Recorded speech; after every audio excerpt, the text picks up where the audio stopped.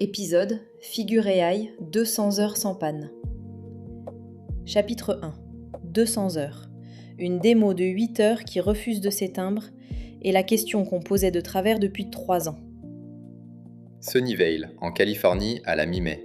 Une webcam allumée, un poste de tri de colis et une promesse lancée en l'air.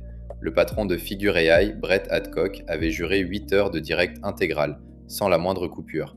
D'après le média spécialisé Humanoids Daily, c'était une réponse à un tacle reçu sur les réseaux, signé d'un vétéran de l'automatisation industrielle, Scott Walter. Le défi tenait en une phrase. Est-ce qu'un humanoïde peut tenir une vraie journée de travail à cadence humaine sans qu'on vienne le rattraper ? 8 heures donc. Le rendez-vous était pris. Sauf qu'au bout de 8 heures, les robots trient encore. Le lendemain, toujours. La direction décide de ne pas couper. Elle coupera 200 heures plus tard, soit 8 jours et 8 heures de direct ininterrompu. Selon Interesting Engineering et le Seoul Economic Daily, le compteur final affiche 249 560 colis triés, 0 panne matérielle et pas une seule intervention humaine. Et le détail qui fait sourire, c'est la relève. Quand la batterie d'un des 3 robots faiblissait, vers 4 heures d'autonomie, un autre prenait sa place pendant que le premier rejoignait sa borne pour se recharger, par la plante des pieds. Aux commandes des 3 machines, un seul cerveau logiciel, baptisé Helix 02, un réseau de neurones qui voit ce qu'il attrape et garde l'équilibre du corps entier pendant que la main travaille. Les internautes qui suivaient le direct leur ont même donné des prénoms, comme on en donne à un animal qui ne flanche jamais. Touchant, mais à côté de la plaque, car ce qui se jouait là, ce n'était pas leur personnalité, mais leur endurance. Et il y a un chiffre plus discret que le total, sans doute le plus parlant de tous. La cadence n'a jamais faibli. Dès les premières heures, le rythme tenait déjà celui de la toute dernière. Une machine qui s'use trahit vite sa fatigue, elle ralentit et finit par chauffer. Celle-là n'a rien lâché du premier carton au dernier. C'est exactement ce qu'on attend d'un matériel d'usine, et c'est ce qu'un prototype ne sait presque jamais offrir.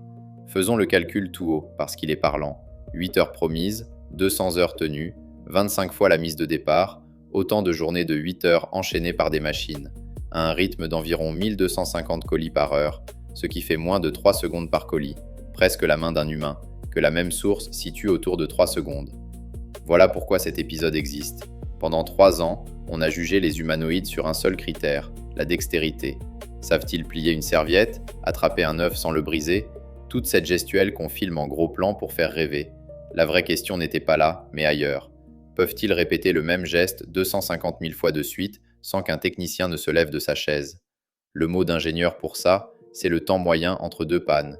Et c'est lui, pas le quotient intellectuel du robot, qui signe un bon de commande. Reste un soupçon, parfaitement légitime. Un studio filmé, c'est justement l'endroit où tout se passe bien.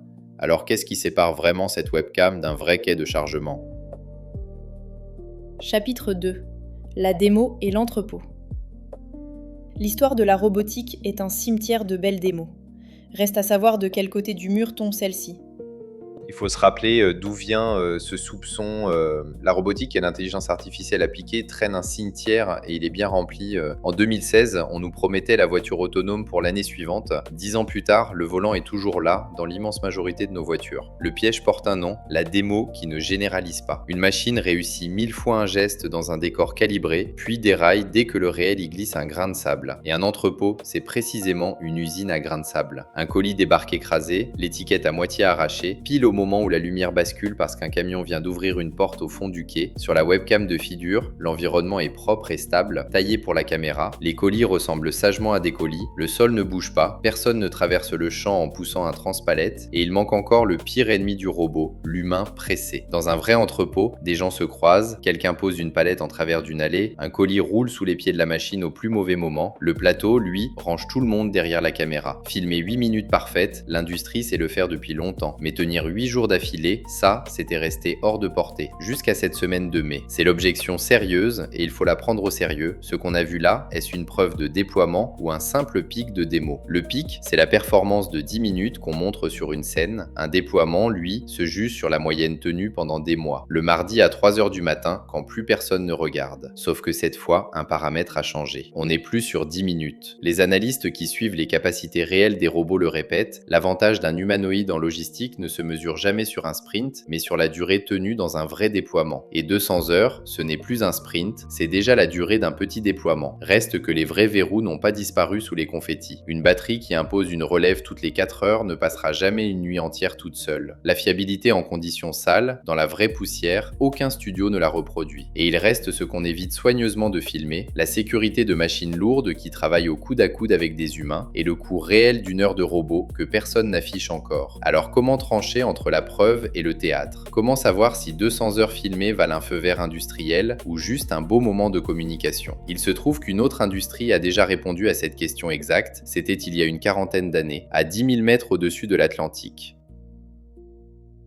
Chapitre 3. ETOPS, le précédent. 1985, un avion à 2 moteurs s'élance au-dessus de l'océan. Personne ne doute qu'il en soit capable, on doute qu'il en ait le droit. Remontons au 1er février 1985. Ce jour-là, un Boeing 767 de la compagnie TWA décolle de Boston, direction Paris. Selon Skybrary, la référence des professionnels de l'aviation, c'est le premier vol commercial transatlantique autorisé sous une règle qu'on appelle l'ETOPS. Posons le décor. Pendant des décennies, un avion à 2 moteurs n'avait pas le droit de s'éloigner de plus de 60 minutes d'un aéroport de secours. La logique semblait de bon sens. 2 moteurs, c'est réputé plus risqué que 4, donc on garde l'appareil près des côtes. Conséquence directe, l'Atlantique Nord restait un boulevard réservé aux quadriréacteurs, ces gros Boeing 747 à 4 moteurs. Mais posez-vous la bonne question, pourquoi l'aviation s'est-elle donné tant de mal pour ouvrir l'océan aux biréacteurs? La réponse est toute terre à terre. 2 moteurs, ça coûte bien moins cher à faire voler que 3 ou 4. Le biréacteur consommait beaucoup moins de carburant par heure que les gros porteurs de son époque selon les relevés d'alors. L'économie tirait d'un côté, la sécurité retenait de l'autre, et c'est la fiabilité prouvée dans la durée qui a fait le pont entre les deux. Gardez ce triangle en tête parce qu'on va le recroiser pour les robots. Le point décisif, et c'est tout le cœur de notre épisode, ce même appareil était déjà capable de traverser. Techniquement, le 767 reliait Boston à Paris les yeux fermés. Ce qui lui manquait, ce n'était pas la capacité, mais l'autorisation. Et l'autorisation ne s'achète pas, elle se prouve dans la durée. En 1985, le régulateur américain fait passer la limite de 60 à 120 minutes.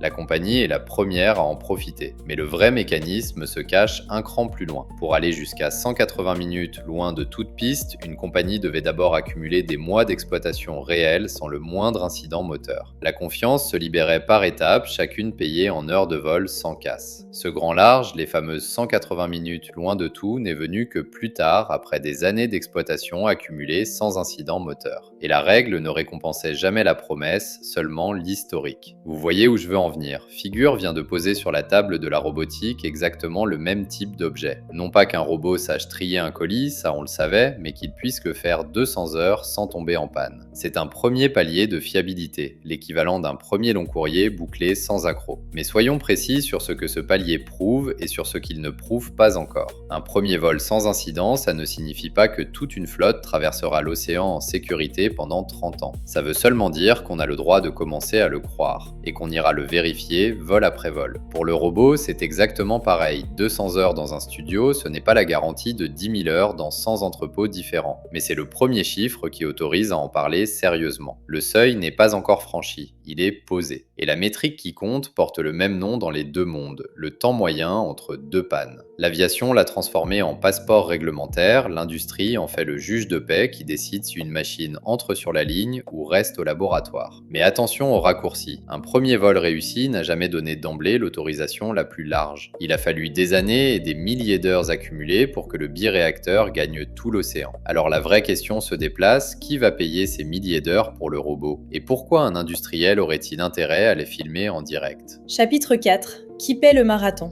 Un direct de 8 jours ne prouve pas qu'une chose, il en vend une autre. Reste à savoir laquelle on regarde. Soyons adultes une seconde. Un direct de 200 heures, ce n'est pas qu'une expérience scientifique.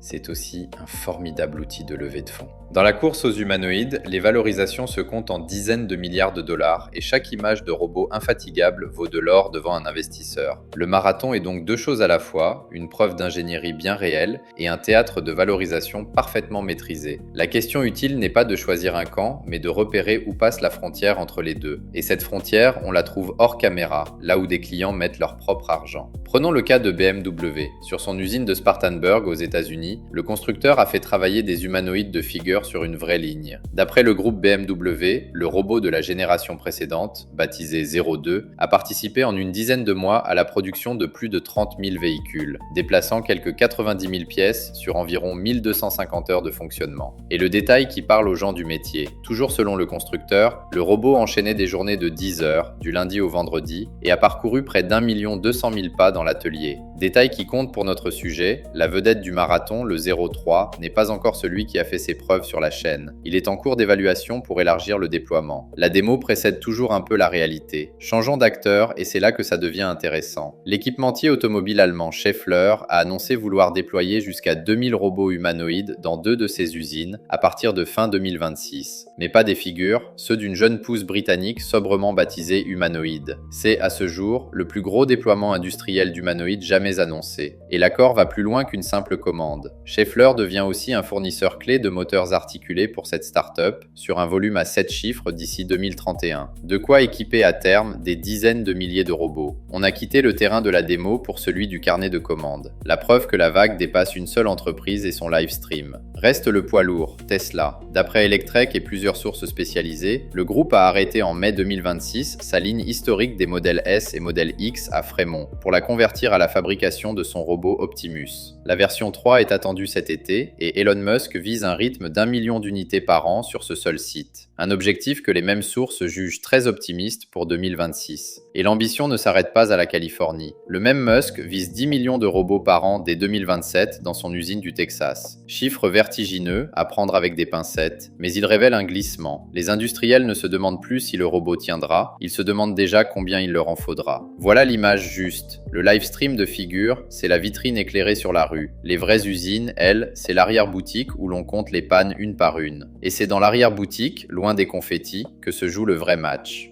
Chapitre 5. La grille à 18 mois. Vous dirigez une usine, une logistique. Voici comment lire la suite, à bonne distance de l'emballement, comme du rejet facile.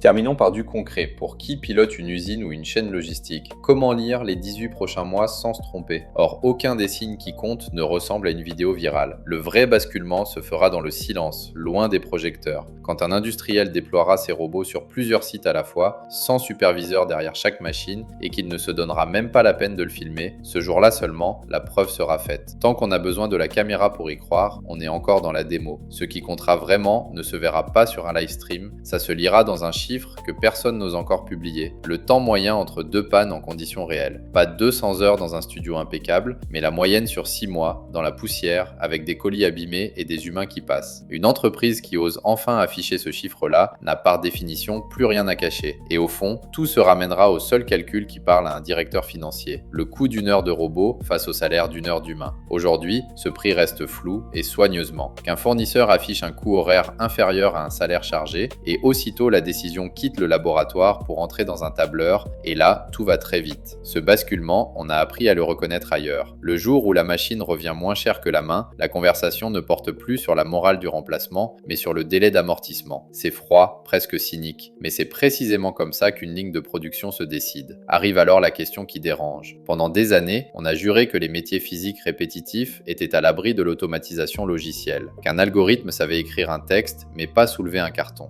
Le marathon de figure attaque pile cette frontière. Et pas avec de l'intelligence, justement, mais avec de l'endurance. Et il faut nommer les choses. Le tri de colis, la manutention lourde, ce sont parmi les emplois les plus nombreux de la logistique et souvent les plus éprouvants pour le corps. On a longtemps cru qu'ils résisteraient, faute de machines capables de tenir à la fois le rythme et la variété du geste. Ce marathon ne tranche pas la question, mais il la déplace. La barrière n'est plus de savoir si la machine en est capable, elle devient une affaire de coût et de fiabilité. Et pour un directeur d'exploitation, ça n'est pas une menace lointaine, c'est une ligne dans le budget de l'an prochain. Alors voici la grille que je vous laisse. Ne jugez plus ces machines sur ce qu'elles font de spectaculaire 10 minutes durant, jugez-les sur ce qu'elles savent faire d'ennuyeux, très longtemps, sans jamais se plaindre. L'aviation a mis des années à transformer une capacité en autorisation, et la robotique vient peut-être d'entamer le même chemin. Sauf que le compteur, cette fois, tourne en direct, sous nos yeux. Vous écoutiez Figure AI, 200 heures sans panne. Merci d'avoir écouté jusqu'au bout. Si cet épisode vous a parlé, partagez-le.